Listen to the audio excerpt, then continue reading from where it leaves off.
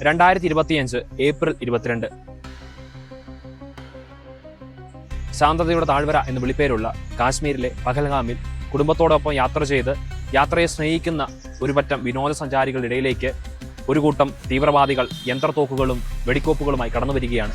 അവർ അവിടെയുള്ള പുരുഷന്മാരുടെ മതം നോക്കി അവരെ നിഷ്കരണം കൊന്നുതള്ളുന്നു. അന്ന് 26 പുരുഷന്മാരാണ് അവിടെ മരിച്ചു വീഴുന്നത്. കൊന്നവനെയും കൊല്ലിച്ചവനോടും കണക്ക് തീർക്കുമ്പോഴും ആ 26 കുടുംബങ്ങൾ, ഉറ്റവരെ നഷ്ടപ്പെട്ട, സ്വപ്നങ്ങൾ നഷ്ടപ്പെട്ട, മാതാപിതാക്കൾ നഷ്ടപ്പെട്ട ആ കുടുംബത്തിന്റെ കണക്കുകൾ എങ്ങനെ വീട്ടാൻ സാധിക്കും?